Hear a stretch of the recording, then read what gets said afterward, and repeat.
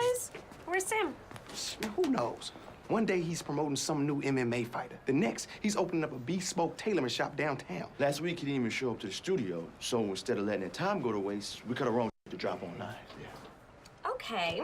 Well, you don't just drop it online. We'll build some word of mouth buzz. I'll leak it to Stereo Gum. We uploaded it this morning. Yeah, we need you to go let Sam know for us. He's gonna be so mad. Last time he was mad, he cried for a week. Then he burnt down my mom's tool shed. Now she's keeping all her rakes in the kitchen like a chump.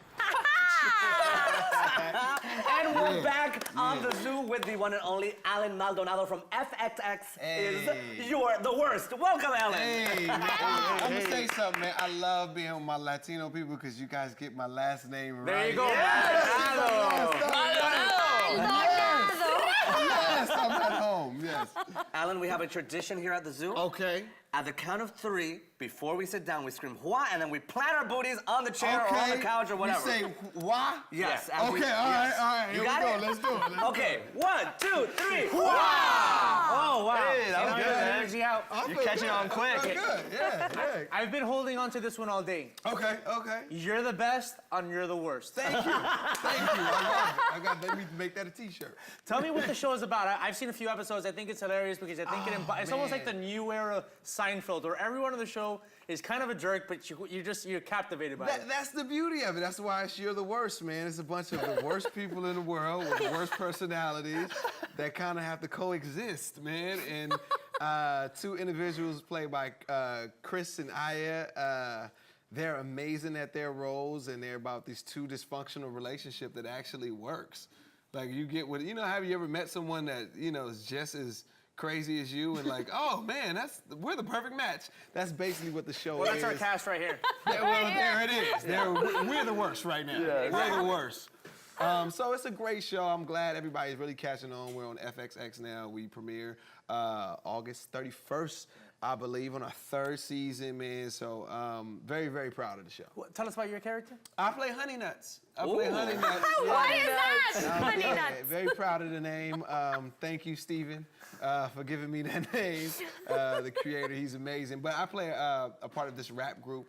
And Aya, the lead of the show, she's our publicist. And we basically cause havoc throughout every season of the show, and she has to kind of fix our problems. We have our own dysfunction. We had rap beef last year. We had diss records.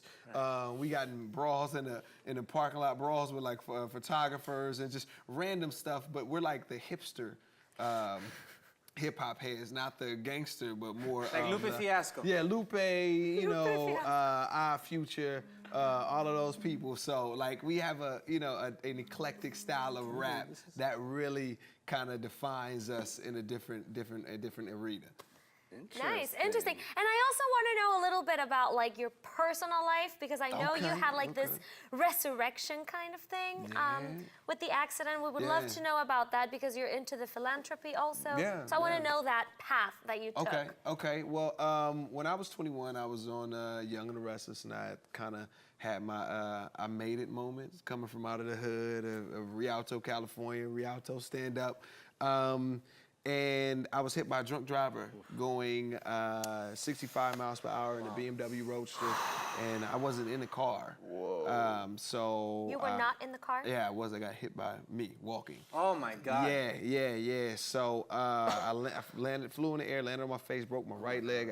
My face was all over the place. My spine was curved. And I guess my testimony to God is that, after months and months of rehabilitation, the first week, I booked 3 TV shows in 1 week. Wow. Yeah, right. I'm gonna walk outside and get That's how you want to start your career. Careful with that. We're just trying to make light of the situation. Just go run on the freeway, and that's how you used to get a career in Hollywood. No, but yeah, like don't do it. Don't do that. But it. that moment really defined me and defines who I am today as an individual that's fearless, that has my faith in God and just my inner strength to be able to do anything. As I feel that I've overcome the impossible, what scientifically I'm supposed to be dead. Right. Wow. So, well, we're happy you're here. Yes, I'm very happy to be here, and that's kind of more or less how that's really transformed me as a person. Whatever happened to the guy? Or the girl, I don't know. There's a guy, slap on the wrist, man. Are you serious? Yeah, because when I went to court, I was like they call me Wolverine because I heal very quick. Like I had broke my leg and it was healed in like a couple. Like it's weird. Okay. I heal very fast. But when I got to court, I was fine. What? We had to show him to even get him like he had like 5-year probation or something like that, or 3 years. What? Yeah. And we had to show him the pictures of me from the accident because he didn't believe how severe it was until we showed him, and that's when he finally gave him that sentence. But yeah, it really wasn't, nothing that you would think of someone basically like it's attempted murder. So you basically were reborn, and with this reborn thing, there's a lot of giving back. Yes. To the world, to children. Yes. Tell us about that. Yeah, I have a foundation called Demo Nerds. We teach acting and film to foster kids and at-risk youth. It's a program that I created. It's a 2-week camp that we teach them acting exercises the first week. The second week, we produce and help them create their own short film. The last day of our program, we have a red carpet gala. They get dressed up, and we have press on the red carpet. We have a big screening where friends and family come by. And we give them a real Hollywood experience. And when I tell you these kids are just transformed by it, as most of them have never really completed anything that they could be very proud of, or been a part of a team to complete something of this magnitude. It's very fulfilling seeing them even walk down the red carpet and do interviews as I'm in entertainment, to see them get that experience at such a just young age and just get the recognition for their hard work from the friends and family that surround them. It's just beautiful, and it's really helped them, become successful. Man, let me tell you something. You got some clean karma. You've been through adversity, which is always a karma cleanser. Not to get too Hindu with everybody, but I'm just gonna. And then you're giving back to people. Yeah.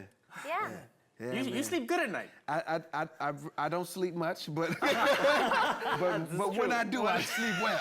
Wait a minute, if you're not sleeping much, that means you're not having fun, kind of giving the other side of that karmic. Maybe building up a little bit of bad karma out of the club. Is that what's going on? You know what? No, I'm always working, man. Okay. You have a lot going on. I got a lot going on, man. The partying, I wish I could fit it in. With everything I got going on with the Kids Foundation, I have my T-shirt company that actually, the proceeds from the T-shirt company goes to the acting, the Demo Nerds, acting and film for kids. I have my music company. We do TV and film licensing, where we've had film music on Ray Donovan, House of Lies, all over NBA TV. All the good shows. Yeah. We just currently got music in the New Cars Jr. campaign with Ty Gurley for the Rams. We got something on that. I have my own production company, and I'm very proud to say that I have an app coming out later on this year called Everybody Digital. Very cool. It's a short film app that's going to be featuring and licensing short films from around the world and creating original content as well. We're going to be distributing through the platform, similar to Netflix. So basically, we'll be a short form version of Netflix. For short films. For short films, yes. You are a tycoon in the making. We're gonna take a commercial break, and when we come back, we'll talk a little bit more about that and also your upcoming movie. Awesome. All right. Thank you. We're gonna be right back. Can't believe you only have 2 minutes. I gotta go to work. I need.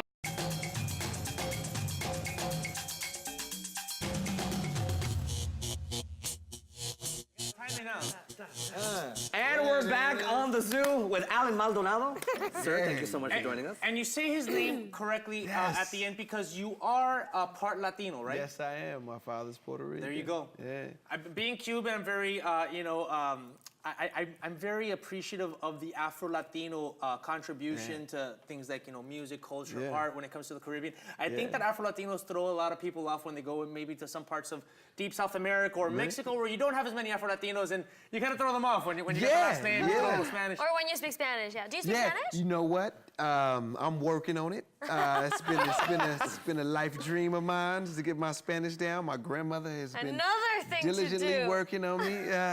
Octopus Maldonado. Yeah. ¿Cómo estás? That's where we at right now. There you go. ¿Cómo estás? ¿Cómo estás? Muy bien. Muy bien.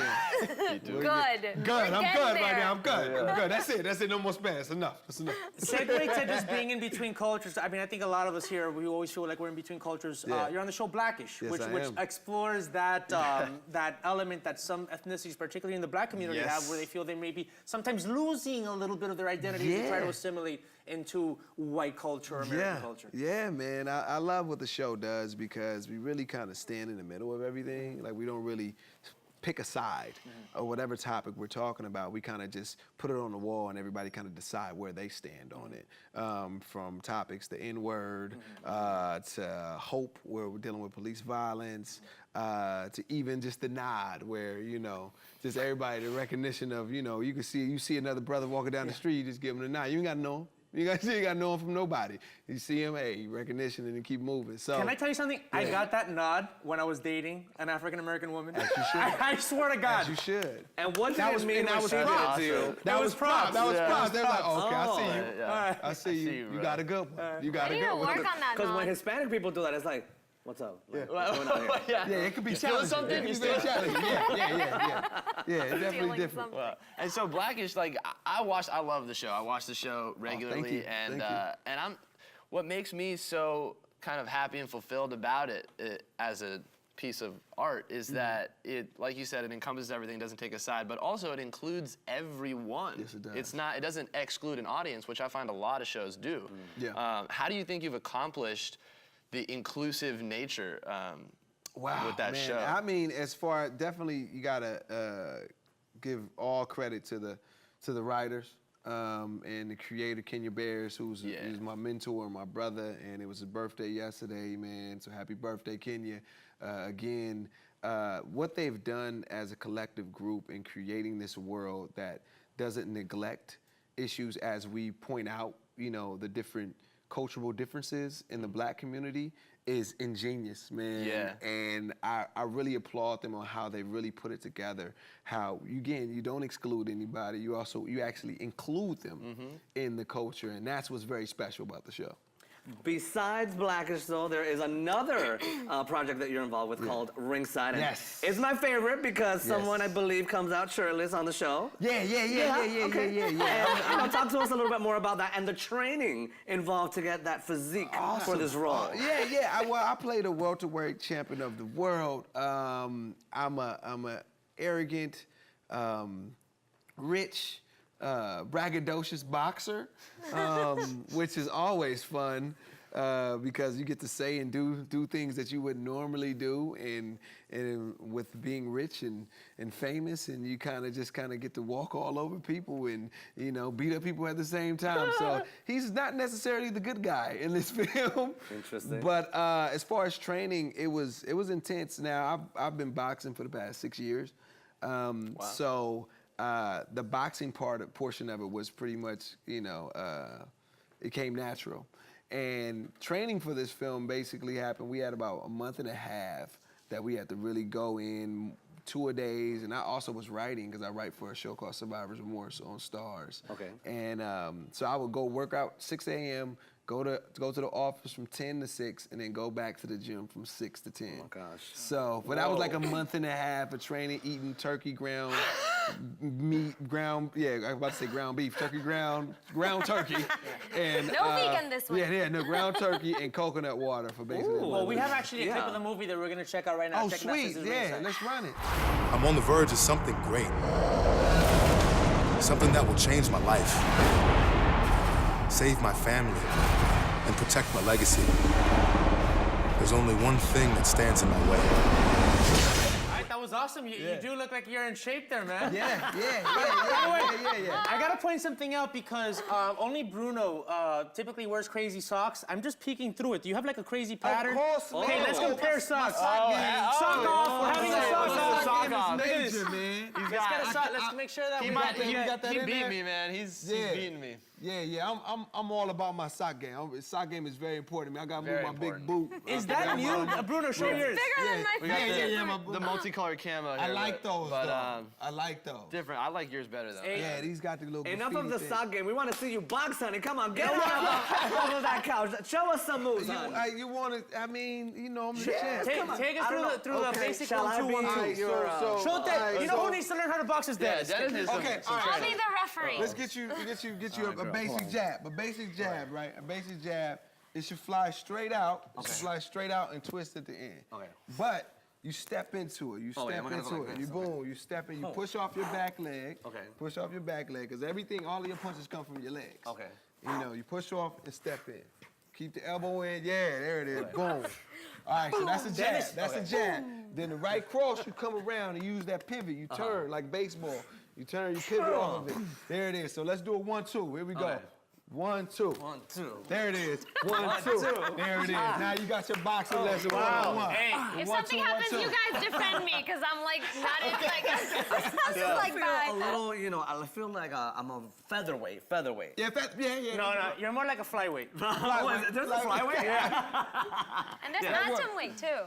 No? Oh, it? that's in the fighters. No, yes, there is. You and let's see, flyweight, atomweight, right? Atomweight. That's the Yeah, because I'm smallest. little. Oh, I don't know. I'm thinking middleweight. No, light. No, he's not. I'm He light. needs to put on some muscle. What are weight, you too. like 1?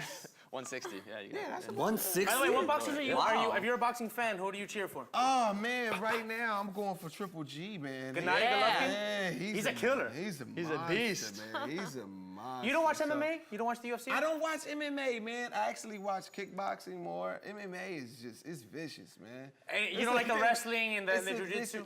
It's, you know, and no, man, I have friends that are MMA fighters, man. They have a tremendous heart to get in that ring because it's just vicious, man. Yeah. I'm a guy saying this, like, yo, like, it could get ugly in there.